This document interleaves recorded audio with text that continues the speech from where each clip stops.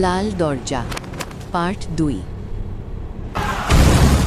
কিছুদিন পর অয়ন নিজেরে আবিষ্কার করল ৭১-এর এক ভয়ানক কালরাতে। চারদিকে গুলির শব্দ, মানুষের আর্তনাদ আর আগুনের লেলিহান শিখা। সে দেখল এই বাংলোরই সেই লাল দরজার ঘরে এক তরুণী মা তার দুধের শিশুরে বুকে জড়ায় কোনায় কুঁকড়ে বসে আছে। তরুণীটার নাম রাহেলা।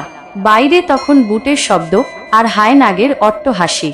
রাহেলা বুঝতে পারিয়াছিল তার সময় শেষ।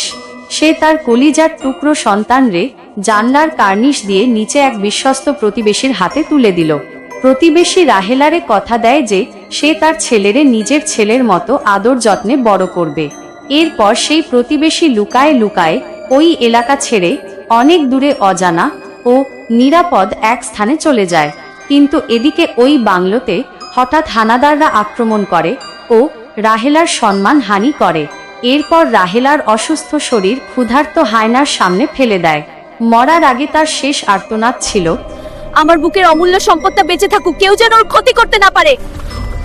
সেই অপূর্ণ মমতা আর তীব্র প্রতিহিংসা মিলে রাহেলারে এক অতৃপ্ত আত্মায় পরিণত করে, যে গত কয়েক দশক ধরে এই বাংলোর লাল ঘরে আসা প্রতিটা মানুষরে তার যন্ত্রণার ভাগিদার করিয়াছে।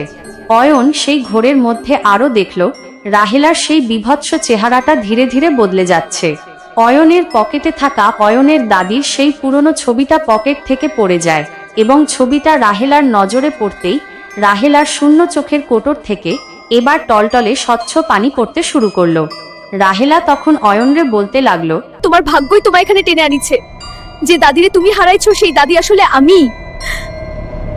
আমি নিজের জীবন দিয়ে তোমার বাবারে বাঁচাইছিলাম। তুমি তারই ছেলে। এরপর রাহেলা অয়নের কপালে তার বরফ শীতল হাতটা রাখলো। অয়ন শুনতে পাইল এক অস্ফুট সুর, ঠিক যেমনটা তার ছোটবেলায় তার বাবা তারে ঘুমপাড়ানি গান শোনায় বলতো। রাহেলার কয়েক দশকের জমে থাকা ক্রোধ মুহূর্তেই শান্ত হয়ে গেল। সে বুঝতে পারল তার ত্যাগ বৃথা যায় নাই, তার বংশ আজও পৃথিবীতে আলো ছড়াচ্ছে। হঠাৎ এক তীব্র আলোর ঝলকানিতে পুরো ঘরটা ভরে গেল।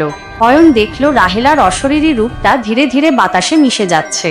তার মুখে এখন আর কোনো বিভৎসতা নাই, আছে শুধু এক স্বর্গীয় তৃপ্তি। যাওয়ার আগে সে অয়নের কানে কানে কেমনে যেন বলে গেল, বেঁচে থাকো দাদু ভাই, অনেক বড় হও। এরপর অয়ন ভিন্ন জগৎ থেকে সেই পুরনো বাড়িতে আবারও ফিরে আসে। লাল দরজার ঘরটার সেই আয়না হাজার টুকরো হয়ে ভেঙে গেল, কারণ রাহেলার আত্মা এখন মুক্ত এবং চিরশান্তির সাথে পরপারে চলে গেছে। অয়ন তারপর এক দীর্ঘশ্বাস ফেলে জানালা দিয়ে সূর্যোদয়ের দিকে তাকায়। সেদিনের সকালের সূর্যটা যেন একটু বেশি উজ্জ্বল হয়ে আছে।